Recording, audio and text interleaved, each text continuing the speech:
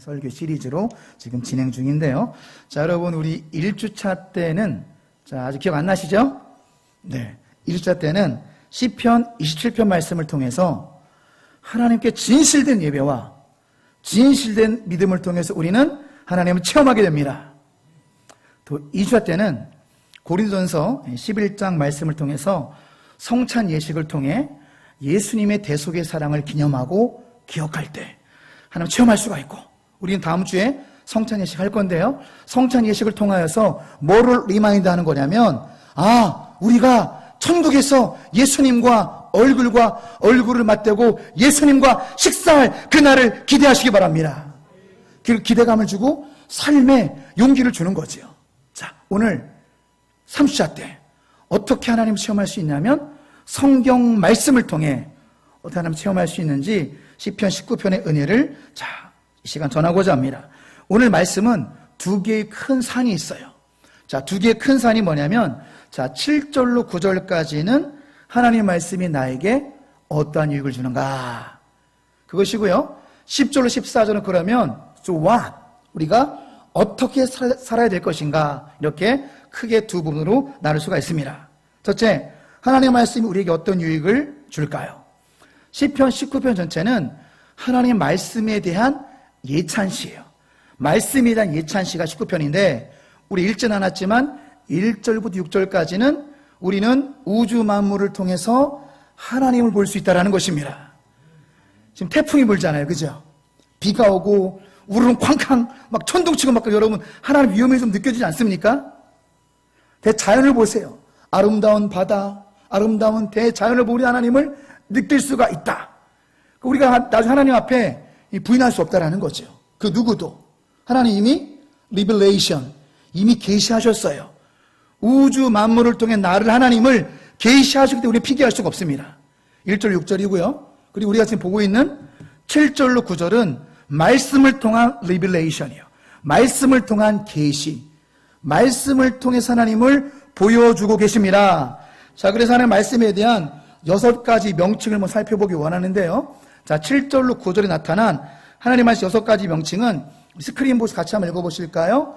여호와의 율법, 여호와의 증거, 여호와의 교훈, 여호와의 계명, 여호와를 경외하는 도, 여호와의 법도.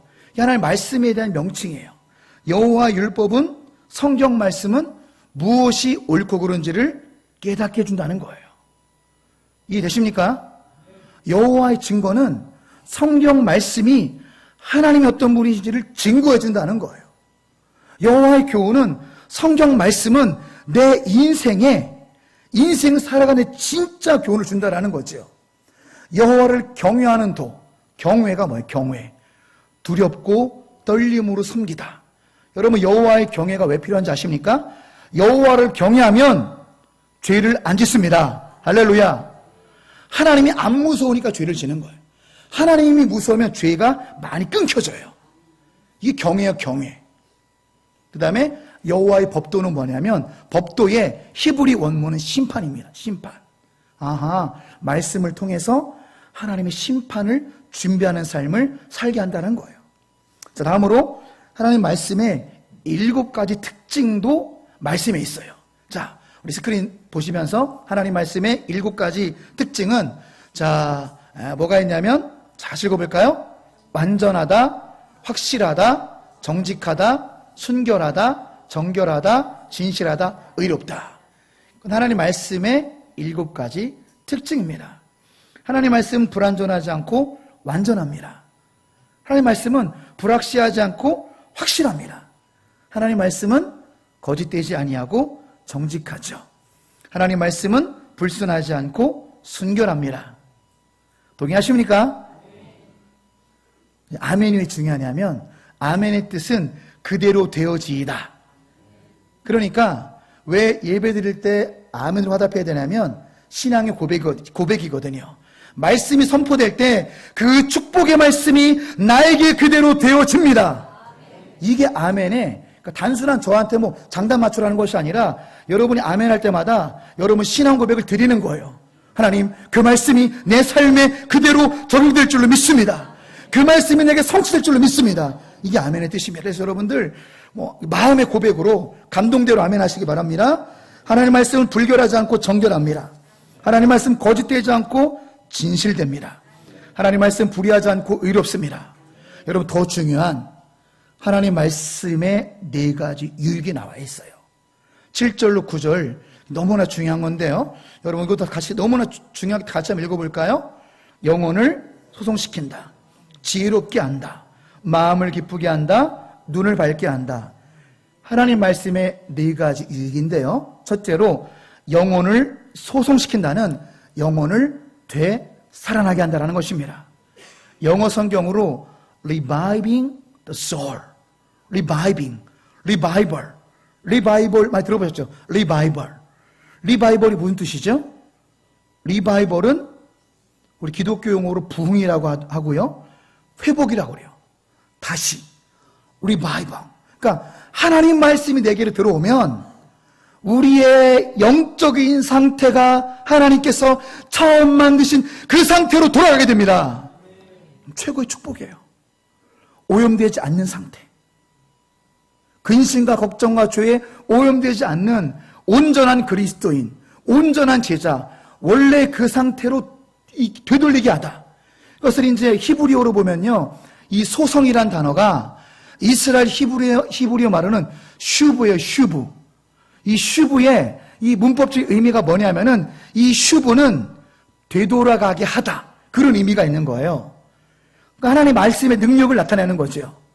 하나님의 말씀을 읽고 듣고 먹으면 하나님의 말씀이 우리의 영혼의 상태를 처음 만든 그 상태로 되돌아가게 하십니다. 할렐루야. 영혼이 소송되는 거예요. 이렇게 말씀이 중요한 겁니다. 두 번째, 지혜롭게 하다. 하나님 말씀 우리를 지혜롭게 하는데요, 시편 119편을 보면 어느 정도로 지혜롭게 하냐면 원수보다 우리를 지혜롭게 합니다. 할렐루야. 스승보다, 날같이 스승보다 우리를 지혜롭게 해요. 또 많은 노인보다 더 지혜롭게 합니다. 노인의 의미는 모든 것을 경험하신 분보다 더 지혜롭게 하는 그 지혜가 성경에서 나온다는 사실입니다. 자, 세 번째, 마음을 기쁘게 합니다. 이 마음을 기쁘게 한다는 것은 하나님 말씀만이 우리를 진정으로 행복하게 하심을 믿으시기 바랍니다. 하나님 말씀 우리에게 새 힘을 주거든요. 하나님 말씀 우리에게 평안을 주거든요. 하나님 말씀 우리에게 새 힘을 주기 때문에 그 누구도 빼앗지 못하는 행복을 준다라는 사실입니다. 말씀을 읽고 먹고 들음으로 말미암아 하나님 말씀으로 새 힘을 얻으면요, 고난이 있어도 행복하고 가진 것이 없어도 행복합니다. 할렐루야. 우리 고린도후서 6장 10절 같이 한번 읽어보실까요? 고린도후서 6장 10절입니다. 근심하는 자 같으나 항상 기뻐하고 가난한 자 같으나 많은 사람을 부유하게 하고 아무것도 없는 자 같으나 모든 것을 가진 자로다. 그렇습니다. 우리 안에 예수님이 계시니 우리는 모든 것을 가진 자입니다. 우리 안에 예수님이 계시니 우린 세상에서 최고로 행복한 자들입니다. 할렐루야. 네 번째 말씀의 유익은 눈을 밝게 한다는 거예요. 이 눈을 밝게 한다는 것은, 여러분, 성경 말씀은요, 여러분 삶의 과거, 현재, 미래를 보여줍니다. 이 성경 말씀은 이 시대의 과거, 현재, 미래를 보여줍니다. 그래서 성경 말씀을 읽으면 하나님이 여러분이 어디로 가야 되는지 그 길을 보여줍니다. 여러분, 이해되십니까? 말씀이 우리의 삶과 이 시대를 분별하게 하는 거예요. 판단하게 하고, 말씀이 영적 분별력을 주기 때문에 아하, 내가 지금 어디를 걸어가야 되는지, 여러분의 방향, 어떻게 살아가야 될 길을 보여주십니다. 보여주심. 그 보여주심이 무엇입니까? 영어 단어로 그게 비전이에요. 비전. 하나님이 보여주시는 길, 보여주시는 방향을 비전이라고 하는 거예요. 성경 말씀을 통해서 우리는 비전을 발견하게 됩니다. 성경 말씀 가까이 됩니다. 내 갈 바를 알려주니까 말씀을 읽고 듣고 먹고 말씀을 암송하셔야 돼요. 그러면 우리에게 비전을 주시는데요. 자, 정리하면 하나님 말씀의 네 가지 유익. 자, 뭐를 주시냐? 하나님 말씀은 네 가지 유익은 우리에게 회복을 주시고요, 지혜를 주시고, 행복을 주시고, 비전을 주십니다. 할렐루야. 그러면 이제는 우리가 어떻게 살아야 될까요? 항상 이 질문을 해야 돼요. 말씀을 들을 때마다. So what? 그러면 내가 어떻게 살아가야 되는지 그 세 가지 방향을 말씀드리도록 하겠습니다. 시편 19편 앞에서 우리는 첫째로 하나님의 말씀을 더 사모하며 사시기 바랍니다.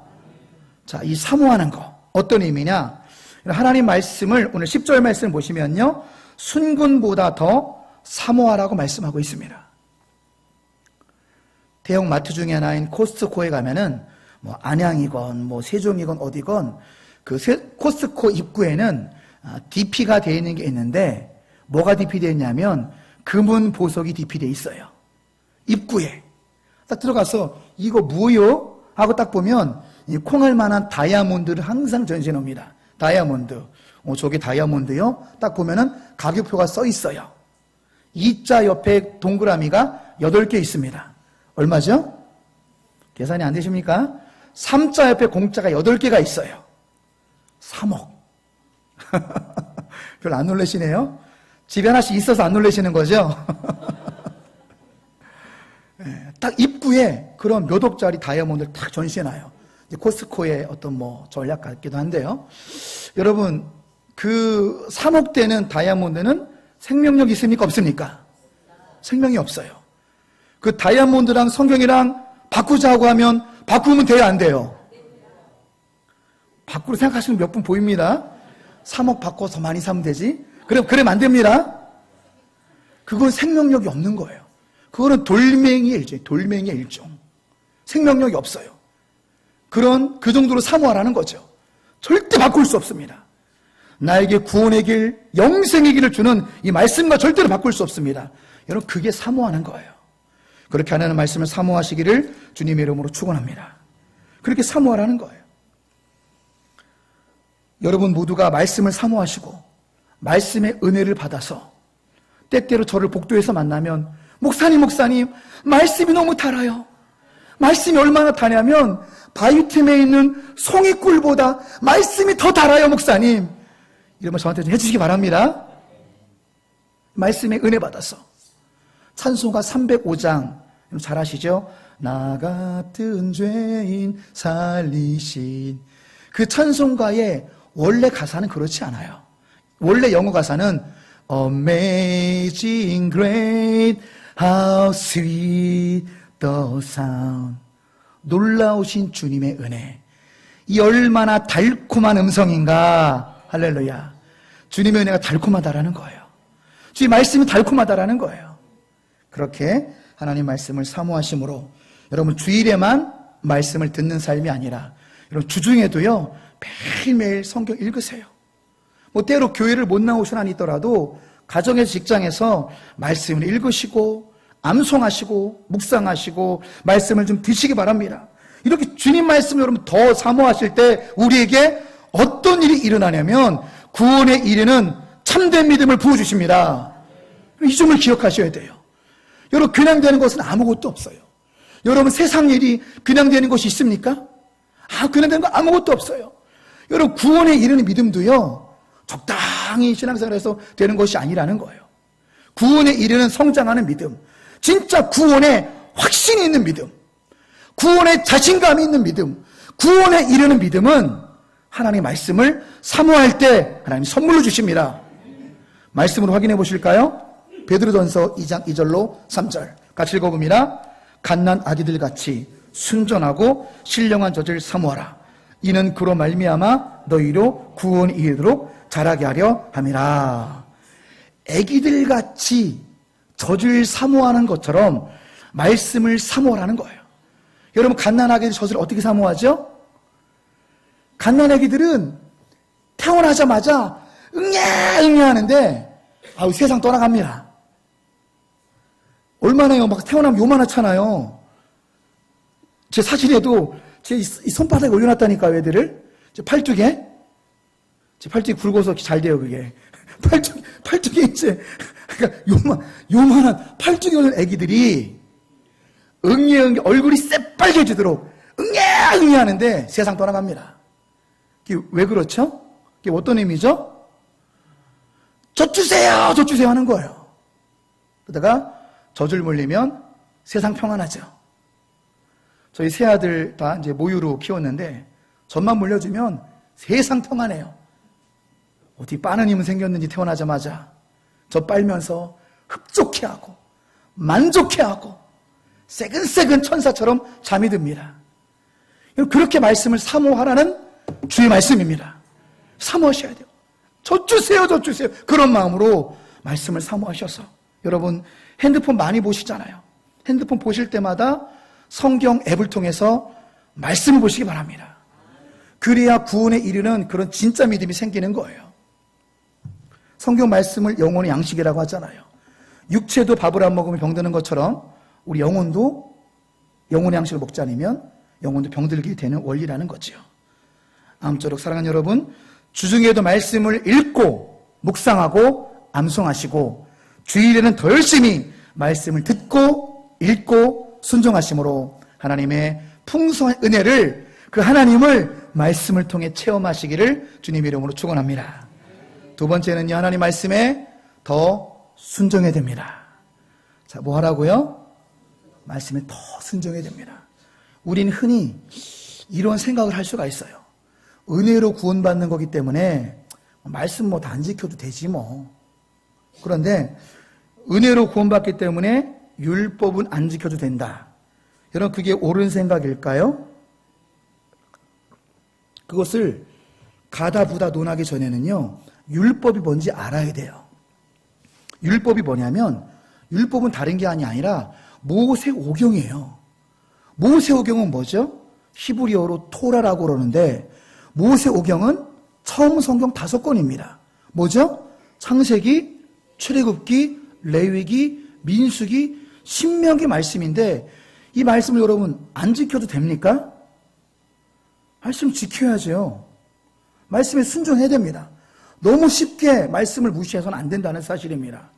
이것은요, 좀 자세히 보면은, 자, 248가지의 명령적 율법이 있어요. 주로, 뭐뭐 해야 된다. 248의 의미는 뭐냐면, 우리 뼈마디가 248마디예요. 여러분, 암기하기 쉬우시라고. 뼈마디 248마디처럼 뭔가를 해야 된다라는 명령적인 말씀이 248가지. 또 반대로, 자, prohibition law라고 이제 금지적 율법. 뭐뭐 하지 마라. 매일매일 365일, 1년 365일 기억하기 쉽죠? 하지 말라는 명령 365가지. 합이 그래서 613가지 명령이 그게 율법이에요. 하나님의 말씀입니다. 자, 이제 예를 들어볼까요? 예를 들면 이런 거예요. 생육하고 번성하라. 이렇게 율법인 줄 몰랐죠? 생육하고 번성하라. 살인하지 말라, 간음하지 말라, 도적질하지 말라, 거짓 증거하지 말라, 탐내지 말라, 제단의 불은 항상 피워져 있어야 한다. 제단의 불은 꺼뜨려서는 안 된다. 아멘이십니까? 부모를 두려워하라. 부모를 두려워하셔야 효도할 수 있는 거예요. 동성연애하지 마라. 나그네를 사랑하라. 항상 하나님 경외하라. 율법을 순종을 해야 됩니까? 안 해야 됩니까? 순종해야 되는 거예요. 너무 쉽게 은혜만을 내세워서, 물론 은혜로 구원받지만 은혜를 내세워서 율법을 안 지키는 그런 불순종의 삶을 살아서는 안 된다는 거예요. 말씀에 순종해야 되는 것입니다. 예수님은 어떤 분이시죠? 율법을 폐하러 오신 분이 아니라 난 율법을 완성하러 왔다. 말씀을 확인해 볼까요? 요한복음 14장 15절 예수님 어떻게 말씀하셨냐면 같이 읽습니다. 너희가 나를 사랑하면 나의 계명을 지키리라. 그러니까 예수님을 사랑한다고 그러놓고 말씀을 안 지키면 앞뒤가 안 맞는 거죠. 그렇죠? 예수님을 정말로 사랑하면 계명을 지킵니다. 그래서 저는 여러분 모두가 어떤 의무감이 아니라 예수님을 정말로 사랑하심으로 예수님의 계명을 지키고 살아가는 진짜 그리스도인이 되시기를 주님 이름으로 축원합니다. 11절도 같은 말씀이에요. 11절 같이 다시 한번 성경복 읽어봅니다. 11절 또 주의 종이 이것으로 경고를 받고 이것을 지킴으로 상이 크니이다. 말씀의 경고를 받으면 여러분 지키라는 것입니다. 어떻게 하라고요? 말씀의 경고를 받으면 삶을 고치라는 거예요. 그러면 어떤 결과가 있는지 11절 하반절을 확인해 보세요. 말씀을 딱 받을 때, 말씀의 경고를 받을 때 불순종하거나 튕겨내서는 상과 복이 없습니다. 11절 말씀 그대로예요. 말씀으로 경고하고 말씀으로 나를 치실 때에 여러분 지키셔야 됩니다. 삶을 고치셔야 됩니다. 그렇게 하면 상이 크다라고 약속하고 있어요. 상이 크다라는 것은요, 많은 상을 주신다라는 말씀이에요. 영어 성경으로 great reward, great reward. 그리고 가슴 설레이지 않습니까? 내가 말씀을 듣고 말씀의 11절 말씀대로 말씀의 경고를 받고 내 삶을 수정하면, 말씀의 경고를 받고 내가 말씀을 지키면 great reward, 이 땅 살아갈 동안에서나 천국에 들어가서나 하나님의 위대하신 상과 복을 받게 됩니다. 할렐루야. 이게 순종하는 자에게 주시는 성경의 약속의 말씀이라는 거예요. 그러니까 순종이 복이라는 거죠. 순종이 이토록 중요한 거예요. 아무쪼 여러분들 11절 말씀을 가슴에 새기셔서 말씀을 읽으실 때나 말씀을 들으실 때나 말씀의 경고가 나에게 주실 때 그 말씀을 지키시고 내 삶을 고치심으로 현재에서나 내세에서나 great reward, 하나님 위대한 보상을 받으시는 복된 삶이 되시기를 주님의 이름으로 축원합니다. 자, 우리 마지막 세 번째 적용은요, 이런 말씀을 통해서 우리 하나님 말씀을 붙들고 더 기도해야 됩니다. 자, 어떻게 살으라고요? 더 기도해야 됩니다. 저 기도 많이 하는데요. 여러분, 기도의 내용이 더 중요합니다. 기도 내용이 여러분 향방, 지침을 좀 잡았으면 좋겠습니다. 어디부터? 12절부터 14절까지는 다윗의 기도의 기도. 자, 12절은 어떤 기도입니까? 12절은 주여 주님 말씀 붙들고 죄를 깨닫게 하여 주시옵소서. 주여 주님 말씀 붙들고 나의 숨은 죄를 회개합니다. 여러분의 기도의 제목이 되시길 바랍니다. 13절은 어떤 기도일까요? 주님 말씀 붙들고 고의적인 죄를 짓지 않게 하여 주시옵소서. 그러니까 성경은 모르고 짓는 죄보다 고의로 짓는 죄를, 그 죄가 더 크다라고 말씀하고 있는 거예요. 지금 모르고는 그럴 수 있지만 알고도 짓는 죄는 그 죄가가 큰 거죠. 그러니까 기도하라는 거예요. 주님, 내가 연약해서 알고도 짓는 죄를 짓지 않게 해 주시옵소서. 기도하라는 거예요. 그렇게 그게 기도의 내용이 되라는 거죠. 또 13절, 주여 주님 말씀을 붙들므로, 주님 말씀을 먹음으로, 주님 말씀을 읽고 주님 말씀을 들음으로 죄가 나를 주장하지 못하게 하소서. 내가 주님을 붙들고 주님 말씀을 붙들므로 하나님이 나를 주장하게 하여 주시옵소서. 내가 어디로 갈지, 내가 무엇을 선택할지. 우리 교대 청년들 이번 주에 원서 쓴다고요? 이번 주에 이제 자기가 교사할 원서 쓰는 거잖아요. 이때 이런 기도가 필요한 거예요. 주님 말씀 붙들므로 내 생각이 아니라 주님이 나를 주장하게 해주시옵소서. 내가 다른 것을 체험하는 것이 아니라, 내가 죄를 체험하는 것이 아니라, 내가 욕심을 체험하는 것이 아니라 하나님의 임재를 체험하게 해주시옵소서. 주님 말씀 붙들므로 13절에 죄가 나를 주장하는 것이 아니라 주님 말씀 붙들므로 하나님이 나를 주장하게 하시고 주님 말씀 붙들므로 하나님을 체험하게 해주시옵소서. 그런 기도를 드리라는 것입니다.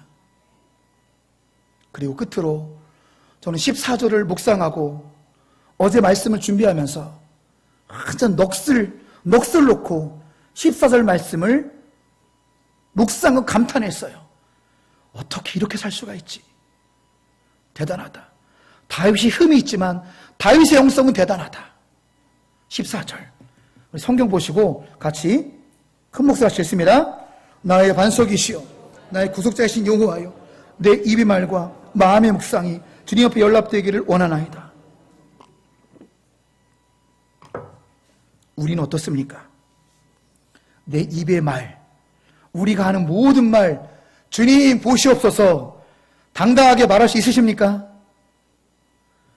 우리의 입술이 여러분 매일 경건합니까? 우리 때때로 욕도 하지 않나요? 운전하면서 여러분 혼자 있을 때 하나님 다 보고 계십니다. 우리의 언어가 곧 우리의 마음이거든요. 여러분 우리는 입술의 말과 마음의 묵상으로 사람을 죽이기도 해요. 직장에서 저 인간 좀 안 봤으면 좋겠다. 마음으로 그 사람 제거하는 거예요. 마음으로 살인하는 겁니다. 누구 중에서 참 걔만 없으면 좋겠다. 학교에서 걔 좀 없으면 좋겠다. 직장에서 우리 친척 중에서 누구만 없으면 좋겠다. 이렇게 마음으로 살인하는 거예요. 입술로도 우리가 종종 범죄할 때 있고요.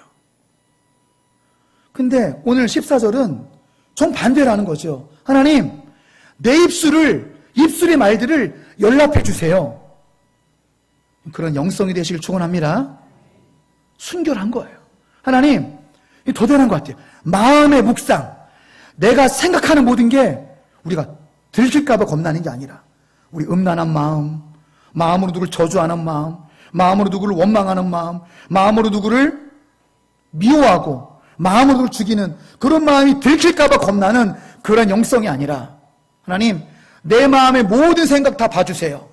내 마음의 모든 생각이 주님의 기쁨이 되기를 원하나이다. 할렐루야. 내 입술의 모든 말들이 주님의 기쁨이 되기를 원합니다. 내 생각하는 모든 나의 생각이 주님의 기쁨이 되기를 원합니다. 연락해 주세요. 주님, 제 마음을 연락해 주세요. 다윗의 영성. 이러한 고백이 저와 여러분의 고백이 되시길 주님의 이름으로 축원합니다. 찬양에도 있잖아요.